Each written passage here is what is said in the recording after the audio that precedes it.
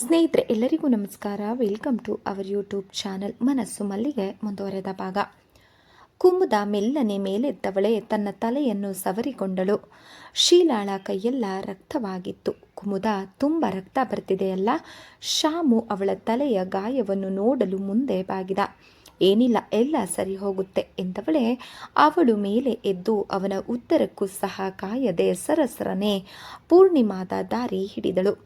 ಅವಳು ಹೂವಿನ ಗಿಡಗಳ ಮಧ್ಯೆ ಬಂದು ನಿಂತಾಗ ಶಾಮು ಕೂಗಿ ಹೇಳಿದ, ಕುಮುದ ಓಡ್ಬೇಡ, ತಲೆ ಸುತ್ತು ಬಂದಿತು, ವಿಪರೀತ ರಕ್ತ ಬೇರೆ ಸುರಿತಾ ಇದೆ, ಇರು ನಾನು ಬರ್ತೀನಿ ಎಂದವನೇ ಅವಳ ಹಿಂದೆಯೇ ಆತ ಓಡಿ ಬಂದ.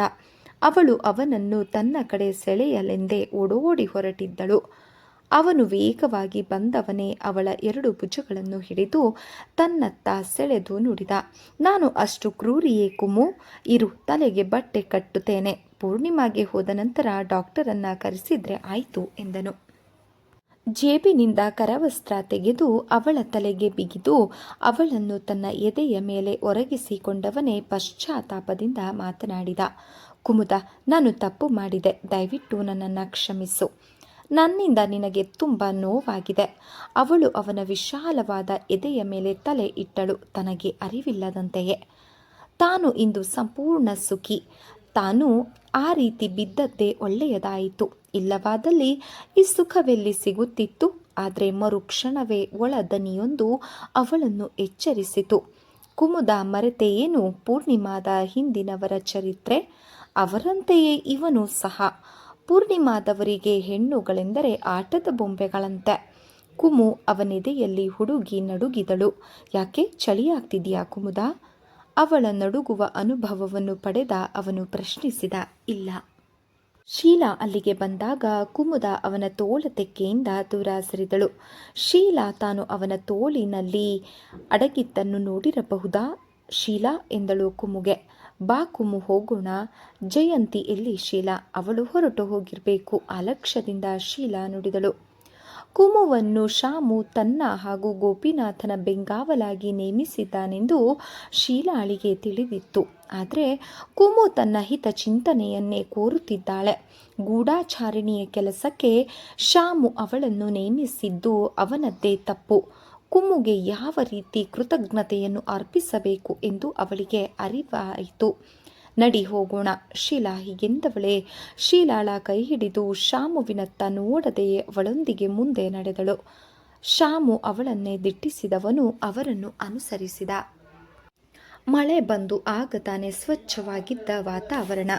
ಮೋಡಗಳೆಲ್ಲ ಕರಗಿ ಸೂರ್ಯನ ರಶ್ಮಿ ಭೂಮಿಯ ಮೇಲೆ ಬಿದ್ದರೂ ಅದರ ಶಾಖ ಯಾರಿಗೂ ತಟ್ಟುವಂತಿರಲಿಲ್ಲ. ಶೀತದ ಗಾಳಿಯಿಂದ ಕೂಡಿದ ಹವಾಮಾನ ಒಂದು ರೀತಿ ಹಿತವಾಗಿತ್ತು.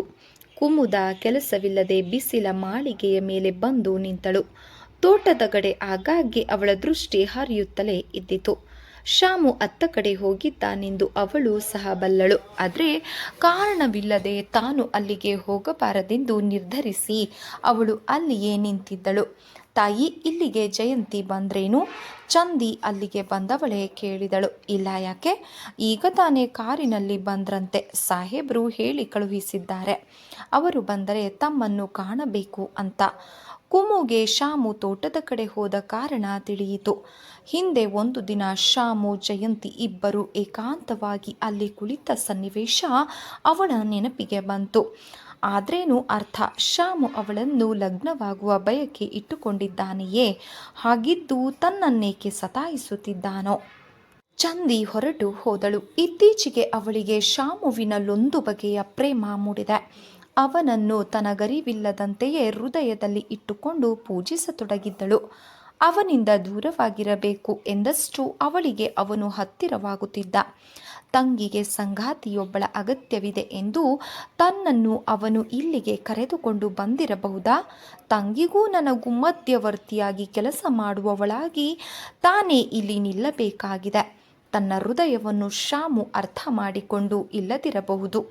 ತನ್ನ ಹೃದಯದಲ್ಲಿ ಇರುವುದನ್ನು ಶಾಮುಗೆ ಯಾವ ರೀತಿ ತಿಳಿಸುವುದು? ಛೆ, ಅನ್ಯಾಯವಾಯಿತು. ತಾನು ನೆಚ್ಚಿದವರು ತನಗೆ ಕೈಕೊಟ್ಟಿ ಕೊಡ್ತಾರೆ.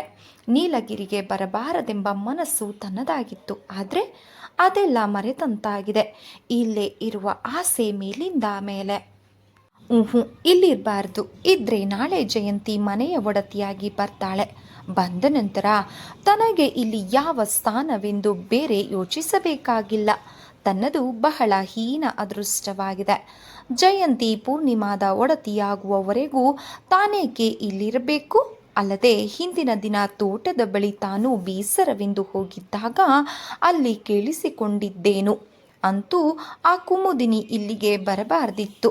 ಅನ್ಯಾಯವಾಗಿ ಅವಳ ಜೀವನ ಹಾಳು ಮಾಡಿದ್ದಾನೆ ಶಾಮು ಎಂದು ರಂಗ ಅವನ ಪಕ್ಕದಲ್ಲಿ ಕುಳಿತಿದ್ದ ಚಂದಿಗೆ ಹೇಳುತ್ತಿದ್ದ. ಅವರಿಬ್ಬರ ಏಕಾಂತವನ್ನು ನೋಡಿ ಕುಮುದ ತಟಸ್ಥಳಾಗಿದ್ದಳು.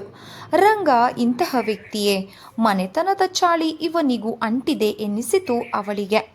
ಇನ್ನು ಶಾಮುಗೆ ಇಲ್ಲದೆ ಇರುತ್ತದೆಯೇ? ಚಂದಿ ಕಾಲು ನೀಡಿ ಅವನ ಪಕ್ಕದಲ್ಲಿ ಕುಳಿತಿದ್ದಳು. ಅವಳ ತಲೆಯ ಹೇರಳು, ಅದಕ್ಕೆ ಮುಡಿದ ಗುಲಾಬಿ, ಅವಳ ಅಲಂಕಾರ ಅದ್ಭುತವಾಗಿತ್ತು. ರಂಗ ಅವಳನ್ನು ಆಗಾಗ್ಗೆ ಕೀಟಲೆ ಮಾಡುತ್ತಾ ಅವರಿವರ ವಿಷಯವಾಗಿ ಹೇಳುತ್ತಿದ್ದರೆ ಅವನಿಗವನಿದೆ ಹಿತ. ಚಂದಿ ಅವನಿಗೆ ಹೇಳುತ್ತಿದ್ದಳು, ನೋಡಿ ಸಾಹೇಬ್ರು ಒಳ್ಳೆಯವರು, ಆದರೆ ಅವರನ್ನು ಕೆಡಿಸೋದೇ ಜಯಂತಿ.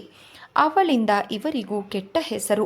ಬರಲಿ ಬಿಡು, ಅವನ ಹಾರಾಟ ಕಡಿಮೆ ಮಾಡಬೇಕು ಅಂದರೆ ಅವಳೇ ಸರಿ, ಅವಳನ್ನೇ ಲಗ್ನವಾಗಬೇಕಾಗುತ್ತದೆ, ಅವನು ನೋಡ್ತಾ ಇರು ಎಂದ. ಅವನ ಅಹಂಕಾರ ಹಾರಾಟ ಇಳಿಸಲೇಬೇಕು ಎಂದು ಹೇಳಿದ.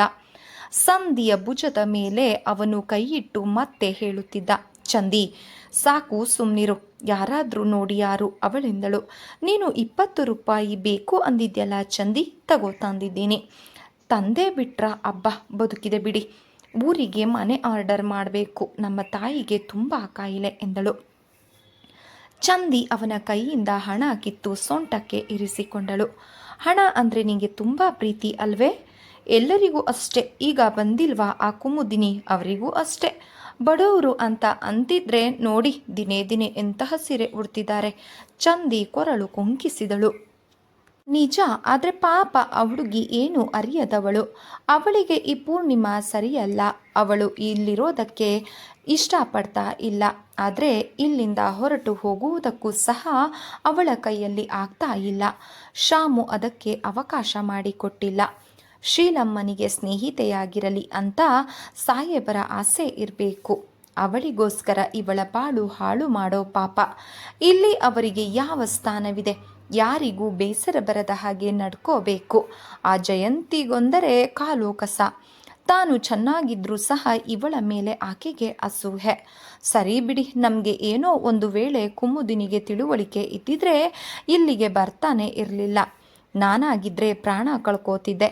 ತಂದೆ ತಾಯಿ ಇಲ್ಲ, ಹೇಳೋರು ಕೇಳೋರು ಇಲ್ಲ. ಇನ್ನು ಬದುಕಿದ್ದರೇನು? ಯಾರಾದರೂ ಇವರ ರೂಪಕ್ಕೆ ಸೋತು ಮೋಸ ಮಾಡಿದರೆ ಆಮೇಲೆ ಅದೇ ಅಲ್ಲ. ಚಂದಿ ಕಿಸಕ್ಕನೆ ನಕ್ಕಳು. ಗಿಡದ ಮರೆಯಲ್ಲಿಯೇ ನಿಂತು ಅವರ ಸಂಭಾಷಣೆಯನ್ನು ಕೇಳಿಸಿಕೊಳ್ಳುತ್ತಿದ್ದ ಕುಮುಗೆ ಹೊಟ್ಟೆಯಲ್ಲಿ ವಿಚಿತ್ರ ಸಂಕಟವಾಯಿತು. ಅವಳೆಂದುಕೊಂಡಳು, ಇವಳು ಚಂದಿಯೇ? ಇವಳೇ ಅಲ್ಲವೇ ರಂಗ ಕ್ರ್ಯಾಕು ಎಂದು ಹಂಗಿಸಿ ಹಾಸ್ಯ ಮಾಡಿದ್ದು? ಪೂರ್ಣಿಮಾದ ವಿಷಯವನ್ನೆಲ್ಲ ತನಗೆ ತಿಳಿಸಿದ್ದರು. ತಾನು ಸಂಭಾವಿಸಳಂತೆ ನಟಿಸಿದ್ದಳು. ಆದರೆ ಇಂದು ಅದೇ ಚಂದಿ ತಾನೇ ಹಂಗಿಸಿದ ರಂಗನೊಡನೆ ಪ್ರೇಮ ಸಲ್ಲಾಪ ನಡೆಸುತ್ತಿದ್ದಾಳೆ. ಪೂರ್ಣಿಮಾದ ಕೇವಲ ಆಳುಗಳ ಬಾಯಲ್ಲಿ ಇಂದು ನನ್ನ ವಿಷಯ ಬರುತ್ತಿದೆ. ನನ್ನ ಸ್ಥಿತಿ ಈ ಮಟ್ಟಕ್ಕೆ ಬಂತು. ನನ್ನ ಸ್ಥಿತಿಯಲ್ಲೇ ಅವಳಿದ್ದಿದ್ದರೆ ಪ್ರಾಣ ಕಳೆದುಕೊಳ್ಳುತ್ತಿದ್ದಳಂತೆ. ಕುಮುದ ಯೋಚಿಸತೊಡಗಿದಳು. ಮತ್ತೆ ರಂಗ ನುಡಿದ, ಒಂದಾನೊಂದು ದಿನ ಈ ಕುಮುದಿನಿಯು ಪ್ರಾಣ ಕಳೆದುಕೊಳ್ಳಬೇಕಾಗುತ್ತದೆ ಅಷ್ಟೇ. ಶಾಮುಗೆ ಸ್ವಲ್ಪವೂ ತಿಳುವಳಿಕೆಯೇ ಇಲ್ಲ. ಅವಳನ್ನು ಈ ರೀತಿ ತಂದಿಟ್ಟುಕೊಂಡು ಏನು ಮಾಡ್ತಾನೆ? ಅದೇ ಅವನ ತಪ್ಪು. ಶೀಲಾಳನ್ನು ಸಹ ಹಾಳು ಮಾಡಿದ. ಈಗ ಇವಳ ಸರದಿಯಾಗಿದೆ ಅಷ್ಟೆ. ಅಂದಹಾಗೆ ಕೇಳಿದ್ರೇನು? ಸಾಹೇಬರು ತಮ್ಮ ತಾಯಿಯ ಒಡವೆಗಳನ್ನೆಲ್ಲ ವಿಭಾಗಿಸೋ ಪ್ರಯತ್ನದಲ್ಲಿ ಇದ್ದಾರಂತೆ. ಸರಿ, ನಿಮಗಂತೂ ಲಗ್ನವಾಗಿಲ್ಲ, ಬ್ರಹ್ಮಚಾರಿ ನೀವು. ಅಣ್ಣ ತಂಗಿ ಹಂಚ್ಕೊಳ್ತಾರೆ. ಉಪ್ಪುದಿಂದ ಮನೆಗೆ ಚಂದಿ 2 ಬಗೆಯುವ ಅವಳೆಂದು ಕುಮುದಾಗೆ ಬಹುಬೇಗ ತಿಳಿದು ಬಂದಿತ್ತು. ವಜ್ರದ ಹಾರ ಹೇಗೆ 2 ಭಾಗ ಮಾಡ್ತಾರೆ ಎಂದು ರಂಗ ಸಿಗರೇಟು ಹೊತ್ತಿಸುತ್ತಾ ಕೇಳಿದ. ಅದನ್ನು ಯಾರಿಗೂ ಭಾಗ ಮಾಡಲ್ಲ. ಅದು ಈ ಮನೆ ಸೊಸೆಯದಂತೆ. ಹೌದಾ? ಹಾಗಿದ್ರೆ ನನ್ನ ಹೆಂಡತಿ ಹಿರಿಯ ಸೊಸೆ, ಅವಳಿಗೆ ಸೇರಬೇಕು ಎಂದ ರಂಗ. ನಿಮ್ಮನ್ನು ಕ್ರ್ಯಾಕು ಅಂತ ತೀರ್ಮಾನಿಸಿದ್ದಾರೆ. ನಿಮ್ಮನ್ನು ಯಾರು ಲಗ್ನ ಆಗ್ತಾರೆ ಎಂದು ಚಂದಿ ಕಿಲಕಿಲನೆ ನಕ್ಕು ಅಲ್ಲಿಂದ ಮೇಲೆದ್ದಳು. ಚಂದಿ, ಕೂತ್ಕೋಬಾ ಇಲ್ಲಿ. ಅವನು ಅವಳ ಕೈ ಹಿಡಿದು ಎಳೆದ. ಬಿಡಿ, ಹೊತ್ತಾಯ್ತು, ಕೆಲಸ ಇದೆ, ಹೀಗೆಂದವಳೆ ಹೊರಟಳು ಅಲ್ಲಿಂದ. ಕುಮುದ ಅಲ್ಲಿಂದ ಮರೆಯಾದಳು. ಆದರೆ ಅದೇ ರಾತ್ರಿ ಚಂದಿ ಮನೆಯ ಗುಮಾಸ್ತ ರಾಮಕೃಷ್ಣಯ್ಯನ ಬಳಿ ತನಗೂ ರಂಗನಿಗೂ ನಡೆದಿದ್ದೆಲ್ಲವನ್ನು ಹೇಳಿ ಬಿದ್ದು ಬಿದ್ದು ನಗುತ್ತಿದ್ದಳು. ರಾಮಕೃಷ್ಣಯ್ಯನ ಕೋಣೆ ಉಗ್ರಾಣದ ಮೇಲಿನದ್ದೇ. ಕುಮುದ ಅಲ್ಲಿಗೆ ಯಾವುದೋ ಕೆಲಸಕ್ಕಾಗಿ ಬಂದವಳು ಅದನ್ನು ಕೇಳಿಸಿಕೊಂಡಳು. ರಂಗ ಅಂತೂ ನಿನ್ನ ಬಲೆಗೆ ಬಿದ್ದ ಅನ್ನು ರಾಮಕೃಷ್ಣಯ್ಯ ಅನ್ನುತ್ತಿದ್ದರು. ಅಯ್ಯೋ, ಅವರು ಇವತ್ತೇನು ಬಿದ್ರಾ? ಆಲೆ 3 ತಿಂಗಳಾಯಿತು. 20 ಕೊಟ್ಟು ಇವತ್ತು ಸಾಕು, ಬಂದಷ್ಟೇ ಲಾಭ. ತಾಯಿಗೆ ಕಾಯಿಲೆ ಅಂತ ವಸೂಲಿ ಮಾಡಿದೆ. ಪೆದ್ದು ಬಹುಬೇಗ ಮೋಸ ಹೋಗ್ತಾನೆ, ಚಂದಿ ಹೇಳುತ್ತಿದ್ದಳು. ಅಂತೂ ನೀನು ಜಾಣೆ ಬಿಡು. ಹೌದು, ನಾನೇ ವಾಸಿ. ಆ ಕುಮುದಿನಿಗೆ ಏನೂ ತಿಳಿಯದು, ಪೆದ್ದು. ಅವಳ ಸ್ಥಾನದಲ್ಲಿ ನಾನಾಗಿದ್ದರೆ ಕುಮುದಾಗೆ ಮೈ ನಡುಗಿತು. ಇದೊಂದು ಚಕ್ರವ್ಯೂಹವೇ ಸರಿ. ಇದು ಪೂರ್ಣಿಮಾ ಅಲ್ಲ, ಇದರ ಹೆಸರು ಚಕ್ರವ್ಯೂಹ ಎಂದಿರಬೇಕಾಗಿತ್ತು. ಕುಮುದ ಯೋಚಿಸುತ್ತಲೇ ನಿಂತಳು. ಇನ್ನು ಇಲ್ಲಿರಬಾರದು, ಆದಷ್ಟು ಬೇಗ ಇಲ್ಲಿಂದ ಹೊರಟು ಹೋಗಬೇಕು. ಆದರೆ ಎಲ್ಲಿಗೆ ಹೋಗಲಿ? ಕುಮುಗೆ ಶಾಮುವಿನ ಯೋಚನೆ ಬಂತು. ಅವನ ತೋಳ ತೆಕ್ಕೆಯಲ್ಲಿ ತಾನು 2-3 ಬಾರಿ ಸಿಲುಕಿದ್ದಳು. ಅವನು ಒಂದೊಂದು ಬಾರಿ ಅವಳನ್ನು ಅತಿ ಪ್ರೇಮದಿಂದ ಕಾಣುತ್ತಿದ್ದ. ಮತ್ತೊಂದು ಬಾರಿ ಅವನಿಗೂ ತನಗೂ ಸಂಬಂಧವೇ ಇಲ್ಲ ಎಂಬಂತೆ ವರ್ತಿಸುತ್ತಿದ್ದ. ಕುಮುದ, ಶಾಮುವನ್ನು ನಂಬಬೇಡ. ಅವನಿಗೂ ನಿನಗೂ ಯಾವ ಬಗೆಯ ಬಾಂಧವ್ಯವೂ ಇಲ್ಲ. ಅವನು ನಿನ್ನನ್ನು ಖಂಡಿತ ಮದುವೆಯಾಗುವುದಿಲ್ಲ. ಅವನು ಜಯಂತಿಯನ್ನೇ ಲಗ್ನವಾಗುವುದು. ಮೇಲೆ ಮಾತ್ರ ತನಗೂ ಅವಳಿಗೂ ಆಗದೆಂದು ನಟಿಸುತ್ತಾನೆ. ಕುಮು, ಬದುಕು ಸುಂದರವಲ್ಲ, ನಿನಗಂತೂ ಅಲ್ವೇ ಅಲ್ಲ. ಭಾಗ್ಯವಂತರಿಗೆ ಜೀವನ ಹೂವಿನ ಹಾಸಿಗೆ, ನಮ್ಮಂಥವರಿಗಲ್ಲ. ಬದುಕಿದರೆ ಏನು ಮಾಡಲಿ? ಪ್ರಾಣ ಕಳೆದುಕೊಂಡು ಬಿಡು. ಕುಮುದ, ಇಲ್ಲಿಂದ ಹೋದರೂ ತತ್ಕ್ಷಣ ಕೆಲಸ ಕೊಡುವವರು ಯಾರೂ ಇಲ್ಲ. ಕೆಲಸವಿಲ್ಲದೆ ಭಿಕಾರಿಯಂತೆ ಅಲೆಯುವುದಾದರೂ ಎಲ್ಲಿ? ಅಥವಾ ಕೆಲಸ ಸಿಕ್ಕಿದರೂ ಒಂಟಿ ಜೀವನವನ್ನು ಎಷ್ಟು ದಿನ ಸಾಗಿಸಬಲ್ಲೆ? ಹಣವಿಲ್ಲದೆ ಈಗಿನ ಕಾಲದಲ್ಲಿ ಏನೂ ನಡೆಯದು. ನೀನು ಬದುಕಿದ್ದರೂ ಸತ್ತಂತೆಯೇ. ಮೊದಲು ಇಲ್ಲಿಂದ ಹೊರಡು, ಅಥವಾ ಚಂದಿ ಹೇಳಿದಂತೆ ಪ್ರಾಣ ಕಳೆದುಕೊಂಡು ಬಿಡು. ನೀನು ಬದುಕಿದರೂ ಸತ್ತಂತೆ ನಿನಗೆ ಸುಖವಿಲ್ಲ. ನೀನು ಹುಟ್ಟಿದಗಳಿಗೆ ಹಾಗಿರಬಹುದು. ಕುಮುದ ಯೋಚಿಸುತ್ತಲೇ ಇದ್ದಳು. ಅವಳಿಗೆ ಬೇಸರವಾಯಿತು. ತನ್ನದು ಬರಡು ಬಾಳು ಎನಿಸತೊಡಗಿತು. ಧೈರ್ಯವಾಗಿ ಪ್ರಾಣ ಕಳೆದುಕೋ ಈ ಕ್ಷಣವೇ. ಕುಮುಗೆ ಒಂದು ಶಕ್ತಿ ಮೂಡಿ ಬಂದಂತಾಯಿತು. ಅವಳು ತಟ್ಟನೆ ಕಿಟಕಿಯಿಂದ ಹಾರಿ ಪ್ರಾಣ ಬಿಡಲು ನಿರ್ಧರಿಸಿದಳು. ಅವಳು ಇನ್ನೇನು ಹಾರಬೇಕು. ಬಲಿಷ್ಠವಾದ ತೋಳುಗಳೆರಡೂ ಅವಳನ್ನು ಬಲವಾಗಿ ಹಿಡಿದು ಹಿಂದಕ್ಕೆ ಎಳೆಯಿತು. ಅವಳು ಬೆಚ್ಚಿ ಹಿಂತಿರುಗಿದಾಗ ಶಾಮು ಹುಚ್ಚನಂತೆ ಮುಖ ಮಾಡಿಕೊಂಡು ನಿಂತಿದ್ದವನು ಅವಳಿಗೆಂದ, ಕುಮುದ, ಪ್ರಾಣ ಕಳೆದುಕೊಳ್ಳುವಷ್ಟು ಬೇಸರವೇನು ನಿನಗಿಲ್ಲಿ? ಅವಳಿಗೆ ತನ್ನದು ತಪ್ಪಾಯಿತೆಂದು ಎನಿಸಿತು. ನಿಜವಾಗಿ ತಾನು ಹೇಳಿ ತನ್ನ ಈ ಕೃತ್ಯದಿಂದ ತಲೆ ಎತ್ತುವುದೇ ಅವಮಾನವೆನಿಸಿತು ಅವಳಿಗೆ. ಕುಮುದ, ಹೇಳು, ನಿಜವಾಗಿ ಈ ಪೂರ್ಣಿಮಾ ಎಂದರೆ ನಿನಗೆ ಅಷ್ಟು ಬೇಸರವೇ? ಅವನು ಅವಳನ್ನು ತನ್ನ ಎದೆಯ ಮೇಲೆ ಒರಗಿಸಿಕೊಂಡ. ಅವಳಿಗೆ ತನ್ನ ಬಗ್ಗೆ ನಾಚಿಕೆ ಎನಿಸಿತು. ಏನು ಉತ್ತರ ನೀಡಲಿ? ನನಗೆ ಇಲ್ಲಿರಲು ಮನಸ್ಸಿಲ್ಲ ಎನ್ನಲೇ?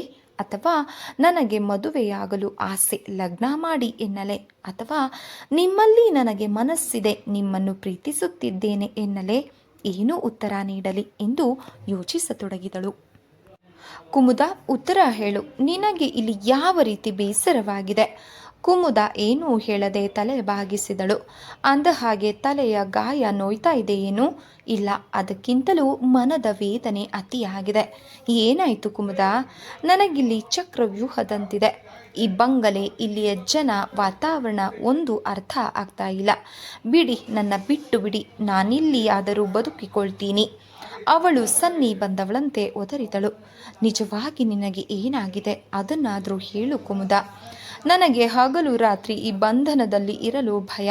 ಈ ದೊಡ್ಡ ಬಂಗಲೆ ಸುಂದರವಾಗಿದ್ರೂ ಏನೋ ಒಂದು ರಹಸ್ಯದ ಗುಹೆಯಂತೆ ನನಗೆ ಭಯ ಕಾಡ್ತಾ ಇದೆ. ಏನೋ ಒಂದು ರೀತಿಯ ಕಳವಳ. ನಾನಿಲ್ಲಿ ಇರಲಾರೆ. ಇನ್ನು ಮುಂದೆ ನಾನು ಬೆಳಗಾಗೆದ್ದು ಎಸ್ಟೇಟಿನ ಕೆಲಸಕ್ಕೆ ಬಂದುಬಿಡ್ತೀನಿ. ಹಾಗಾದರೆ ಸ್ವತಂತ್ರವಾಗಿರಬಹುದೇನೋ. ಇಲ್ಲಿ ಕೆಲಸವಿಲ್ಲದೆ ನಿಮ್ಮ ಮೇಲೆ ಹೊರೆಯಾಗಿದ್ದು ನಾನು ಅನ್ನ ತಿಂದರೆ ನನ್ನ ಮೈಗೆ ದಕ್ಕೋದಿಲ್ಲ. ಸರಿ, ನಿನಗೆ ಅಷ್ಟು ಬೇಸರವಾಗಿದ್ದರೆ ನಾನು ನಿನಗೆ ಬೇಡ ಅನ್ನೋದಿಲ್ಲ. ನೀನು ಧಾರಾಳವಾಗಿ ಎಸ್ಟೇಟಿಗೆ ಬರಬಹುದು ಎಂದು ಹೇಳಿದ. ಕುಮುದ ಅವನಿಂದ ದೂರ ಸರಿದವಳೆ ಅಂದಳು. ಇಂದಿನಿಂದ ನಾನು ಸಹ ನಿಮ್ಮ ಹೇಮಾವತಿಯ ಕೆಲಸಗಾರರಲ್ಲಿ ಒಬ್ಬಳು ಅನ್ನೋದನ್ನು ನೀವು ಮಾತ್ರ ಮರೆಯಬೇಡಿ. ಸರಿ, ಅರ್ಥ ಆಯಿತು. ಹಾಗಿದ್ರೆ ನಿನಗೂ ದಿನಗೂಲಿ ಕೊಡ್ತೀನಿ. ಖಂಡಿತ ಕೊಡಿ. ಶೀಲಾ ನಿನ್ನ ಮುಂದೆ ಏನಾದರೂ ಹೇಳಿದ್ಲೇನು? ಇಲ್ವಲ್ಲ. ಪ್ರಾಯಶಃ ಅವಳಿಗೆ ನನ್ನ ಮೇಲೆ ವಿಪರೀತ ಕೋಪ ಬಂದಿರಬೇಕು ಅಂತ ಕಾಣುತ್ತೆ. ಆದರೆ ನನಗೇಕೋ ಆ ಪ್ರೇಮ ಸಮ್ಮತವಲ್ಲ ಅನಿಸುತ್ತಿದೆ. ಹೀಗೆಂದವನೇ ಅವನು ತೀರದ ಚಿಂತೆಯಲ್ಲಿ ಮುಳುಗಿದ. ಅವಳು ಸುಮ್ಮನೆ ನಿಂತಳು. ಮತ್ತೆ ಪ್ರಾಣ ತ್ಯಾಗ ಮಾಡಿಕೊಳ್ಳುವ ಸಾಹಸಕ್ಕೆ ಕೈ ಹಾಕಬೇಡ. ಪೂರ್ಣಿಮಾದ ಹೆಸರು ಮೊದಲೇ ಕೆಟ್ಟಿದೆ. ಈಗ ಮತ್ತೂ ಅದರ ಮುಖಕ್ಕೆ ಮಸಿ ಬಳೆಯಬೇಡ ಕುಮು. ನೀನು ನನಗೆ ಈ ರೀತಿ ಮೋಸ ಮಾಡುತ್ತೀಯೇನೋ? ನಾನು ಸುಖವನ್ನೇ ಕಾಣಬಾರದು ಅಂತ ನಿನ್ನ ಆಸೆಯೇ? ಇಲ್ಲ, ದಯವಿಟ್ಟು ನನ್ನನ್ನು ಕ್ಷಮಿಸಿ. ನಾನಿಲ್ಲಿ ಇರೋವರೆಗೂ ನಿಮಗೆ ನನ್ನಿಂದ ಯಾವ ಬಗೆಯ ಕೆಡಕು ಉಂಟಾಗದ ಹಾಗೆ ನೋಡಿಕೊಳ್ಳುತ್ತೇನೆ. ಕುಮು ಹೀಗೆಂದವಳೆ ಅಲ್ಲಿ ನಿಲ್ಲದೆ ಹೊರಟು ಹೋದಳು. ಅವನು ಸಹ ಅಲ್ಲಿಂದ ಮೆಲ್ಲನೆ ಹೊರಟ. ಪ್ರತಿ ರಾತ್ರಿಯೂ ಇತ್ತೀಚೆಗೆ 3ನೆಯ ರೂಮಿನಲ್ಲಿ ಸದ್ದಾಗುವುದು ಕುಮುದಾಗೆ ಕೇಳುತ್ತಿತ್ತು. ಏನಿರಬಹುದು? ಎಲ್ಲರೂ ಅಂದರಂತೆ ಪ್ರೇತವೇ ಆಗಿದ್ರೆ. ಪ್ರೇತವನ್ನು ನೆನಪಿಸಿಕೊಂಡರೆ ಅವಳಿಗೆ ಮೈ ಬೆವರೊಡೆಯುತ್ತಿತ್ತು. ಅವಳು ಕಣ್ಮುಚ್ಚಿ ಮಂಚದ ಮೇಲೆ ಪರದೆಯೊಳಗೆ ಮಲಗಿ ಬಿಡುತ್ತಿದ್ದಳು. ತೋಟದಲ್ಲಿಯೇ ಅನೇಕ ಹೆಣ್ಣುಗಳನ್ನು ಕೊಲೆ ಮಾಡಿದ್ದಾರಂತೆ ಶಾಮುವಿನ ತಂದೆ ತಾಯಂದಿರು. ಅವರಿಗೆಲ್ಲ ಹೆಣ್ಣುಗಳೆಂದರೆ ಆಟದ ಬೊಂಬೆಗಳಂತೆ. ಕುಮುಗೆ ಮನದಲ್ಲಿ ಇವೆಲ್ಲ ಅರಿಯದೆ ನಿಂತಿತ್ತು. ಅಂದು ಸಂಜೆ ಅವಳು ತೋಟದಲ್ಲಿ ಸುತ್ತಾಡಿ ಬರುವ ಮನಸ್ಸಿನಿಂದ ನಡೆದಳು. ಆಳು ಕಾಳುಗಳು ಗಿಡಗಳಿಗೆ ನೀರೆರೆಯುತ್ತಿದ್ದ ಕಾರಣ ಅವಳಿಗೆ ಭಯವಿರಲಿಲ್ಲ. ಕಾಲು ಸಾಗುತ್ತಲೇ ಇತ್ತು. ದಟ್ಟವಾದ ಪೊದೆಗಳ ನಡುವೆ ತನಗರಿವಿಲ್ಲದಂತೆಯೇ ಹೂಗಳ ಸೌಂದರ್ಯ ನೋಡಿ ಆನಂದಿಸುತ್ತಾ ನಡೆದು ಬಂದವಳವಳು. ಏನೋ ಸದ್ದಾದಂತಾಗಿ ಅವನಿಗೆ ಭಯ ಆವರಿಸಿತು. ಆದರೂ ಧೈರ್ಯ ತಂದುಕೊಂಡವಳೇ ಸಾಗಿದ್ದಳು. ದಪ್ಪನಾದ ಮೀಸೆ, ದೊಡ್ಡ ಮೂಗಿನ ಆ ಮುಖ, ಎತ್ತರವಾದ ಹುಬ್ಬಿನ ಕೆಳಗೆ ಹುದುಗಿ ಹೋಗಿದ್ದ ಆ ಕಣ್ಣುಗಳು, ಅದೇ ಶಾಮುವಿನ ತಾತದ ಮುಖ. ಅವರೇ ಇಲ್ಲಿ ತಾವು ಬಯಸಿದ ಹೆಣ್ಣುಗಳೊಡನೆ ವಿಹರಿಸುತ್ತಿದ್ದರಂತೆ. ಕುಮುಗೆ ಭಯ, ಅದರೊಂದಿಗೆ ಬೇಸರ. ಹೆದರಬೇಡ ಏಕೆ ಎಂಬ ಯೋಚನೆ. ಅವಳು ಸರಸರನೆ ಹೆಜ್ಜೆ ಹಾಕತೊಡಗಿದಳು. ಮಬ್ಬಾದ ಕತ್ತಲು ಆವರಿಸುವವರೆಗೂ ಅವಳು ಅಲ್ಲಿಯೇ ಅಡ್ಡಾಡುತ್ತಿದ್ದಳು. ಮನಸ್ಸಿನಲ್ಲಿ ಒಂದು ಬಗೆಯ ತೀರದ ಆತಂಕ. ಜಯಂತಿಯನ್ನೇ ಪ್ರಾಯಶಃ ಶಾಮು ಲಗ್ನವಾದರೆ ತನ್ನ ಈ ಸ್ಥಿತಿಗೆ ಏನು ಮಾಡುವುದು? ಇದ್ದಕ್ಕಿದ್ದಂತೆ ಏನೋ ಸದ್ದಾದಂತಾಗಿ ಅವಳು ಬೆಚ್ಚಿ ಹಿಂತಿರುಗಿದಳು. ಯಾರೂ ಕಾಣಬರದಿದ್ದರೂ ಪೊದೆಗಳ ನಡುವೆ ಏನೋ ಸದ್ದಾದಿಂದ ಅವಳ ಭಯ ಮತ್ತು ಹೆಚ್ಚಿತು. ಅವಳು ಹಿಂದೆ ಸರಿದಾಗ ಅವಳನ್ನು ಹಿಂದಿನಿಂದ ಯಾರೋ ಬಲವಾಗಿ ಹಿಡಿದಂತಾಗಿ ಕಿಟ್ಟನೆ ಕಿರುಚಿದಳು. ಕುಮು! ಅವಳು ಶಾಮುವಿನ ತೋಳಿನಲ್ಲಿದ್ದಳು. ಮೆಲ್ಲನೆ ಕಣ್ಣು ಬಿಟ್ಟಳು. ಒಬ್ಬಳೇ ಈ ಹೊತ್ತಿನಲ್ಲಿ ಇಲ್ಲೇಕೆ ಸುಳಿದಾಡುತ್ತಿದ್ದೆ? ಬೇಜಾರಾಯಿತು ಎಂದು ಬಂದೆ. ಸರಿ, ಬರುವುದೇಕೆ, ಆಮೇಲೆ ಹೆದರೋದೇಕೆ ಎಂದ ಅವನು. ಅವಳು ನಾಚಿ ನುಡಿದಳು. ನಾನಾಗಿ ಅಂಜಲಿಲ್ಲ. ಇಲ್ಲಿಯ ಈ ವಾತಾವರಣ ಎಂಥವರನ್ನೇ ಆಗಲಿ ನಡುಗಿಸಿ ಬಿಡುತ್ತದೆ. ಅವನು ಅವಳಿಗೆ ಮತ್ತೆ ಹೇಳಿದ. ಕುಮು, ಹೊರಡು ಇಲ್ಲಿಂದ. ದೀಪಾವಳಿಯ ಸಂಭ್ರಮ ಅದ್ಭುತವಾಗಿತ್ತು. ಪೂರ್ಣಿಮಾವನ್ನು ಬಣ್ಣ ಬಣ್ಣದ ದೀಪಗಳಿಂದ ಅಲಂಕರಿಸಿದ್ದರು. ಅಂದು ಬೆಳಗ್ಗೆಯಿಂದ ಸಡಗರ. ಹೇಮಾವತಿಯಲ್ಲಿ ಕೆಲಸ ಮಾಡುವ ಆಳು ಕಾಳುಗಳಿಗೆಲ್ಲ ಹೊಸ ಬಟ್ಟೆ ಹಾಗೂ 1 ತಿಂಗಳ ಬೋನಸ್ಸನ್ನು ಕೊಟ್ಟಿದ್ದರು. ರಂಗ ಬಣ್ಣ ಬಣ್ಣದ ಬಟ್ಟೆ ಧರಿಸಿ ಮಗುವಿನಂತೆ ಪಟಾಕಿ ಹಾಯಿಸುತ್ತಿದ್ದ. ಕುಮುದ, ಶೀಲಾ, ಶಾಮು ಎಲ್ಲರೂ ನಿಶ್ಚಿಂತೆಯಿಂದ ವಿಹರಿಸುತ್ತಿದ್ದರು. ಕುಮು ನೀಲಿಯ ಬಣ್ಣದ ಪೀತಾಂಬರ ಉಟ್ಟು ಅದೇ ರೇಷ್ಮೆ ರವಿಕೆಯನ್ನು ತೊಟ್ಟಿದ್ದಳು. ಅವಳ ಕೈಯಲ್ಲಿ ಕೆಂಪು ಮುತ್ತಿನ ಬಳೆಗಳು ಮಿರಮಿರನೆ ಹೊಳೆಯುತ್ತಿದ್ದವು. ಶೀಲಾ ತುಂಬ ಆಸಕ್ತಿಯಿಂದ ಅವಳಿಗೆ ದೊಡ್ಡದಾಗಿ ಹೇರಳು ಹಾಕಿ ಅದರ ಸುತ್ತಲೂ ಕನಕಾಂಬರದ ಮಾಲೆಯನ್ನು ಸುತ್ತಿದ್ದಳು. ಜಯಂತಿಯ ಕಾರು ಪೂರ್ಣಿಮಾದೊಳಗೆ ಬಂದೊಡನೆಯೇ ಶೀಲಾ ಈ ರೀತಿಯಾಗಿ ಹೇಳಿದಳು. ಕುಮು, ಜಯಂತಿ ಬಂದ್ಲು. ಅವಳು ಬಂದರೆ ಇಲ್ಲಿನ ಸಂತೋಷಕ್ಕೆ ಹುಳಿ ಹಿಂಡಿದಂತೆಯೇ. ಶ್ಯಾಮು ಬಿಳಿ ಪೈಜಾಮ ಹಾಗೂ ಬಿಳಿ ಮಲ್ಲಿನ ಜುಬ್ಬ ಧರಿಸಿದ್ದ. ಅವನ ತಲೆ ವಿಶಿಷ್ಟವಾದ ಸುವಾಸನಾ ತೈಲ ತನ್ನ ಪರಿಮಳವನ್ನು ಚೆಲ್ಲುತ್ತಾ ಎಲ್ಲರ ಮನಸ್ಸನ್ನು ಪ್ರಸನ್ನಗೊಳಿಸುತ್ತಿತ್ತು. ಅವನು ಕೊರಳಲ್ಲಿ ಕೂದಲೆಳೆಯಂತಹ ಮಾಟದ ಚಿನ್ನದ ಸರವನ್ನು ಧರಿಸಿದ್ದ. ಬಲಗೈ ತರ್ಜುಮೆಯ ಬೆರಳಿಗೆ ದೊಡ್ಡದಾದ ಒಂದು ಹರಳಿನ ವಜ್ರದ ಉಂಗುರವನ್ನು ತೊಟ್ಟಿದ್ದ. ಸ್ನೇಹಿತರೆ, ಈ ಒಂದು ಕಾದಂಬರಿ ತಮಗೆ ಇಷ್ಟ ಆದರೆ ದಯವಿಟ್ಟು ಲೈಕ್ ಮಾಡಿ, ಸಬ್ಸ್ಕ್ರೈಬ್ ಮಾಡಿ, ಸಪೋರ್ಟ್ ಮಾಡಿ ಫ್ರೆಂಡ್ಸ್. ಧನ್ಯವಾದಗಳು. ನಮಸ್ಕಾರ.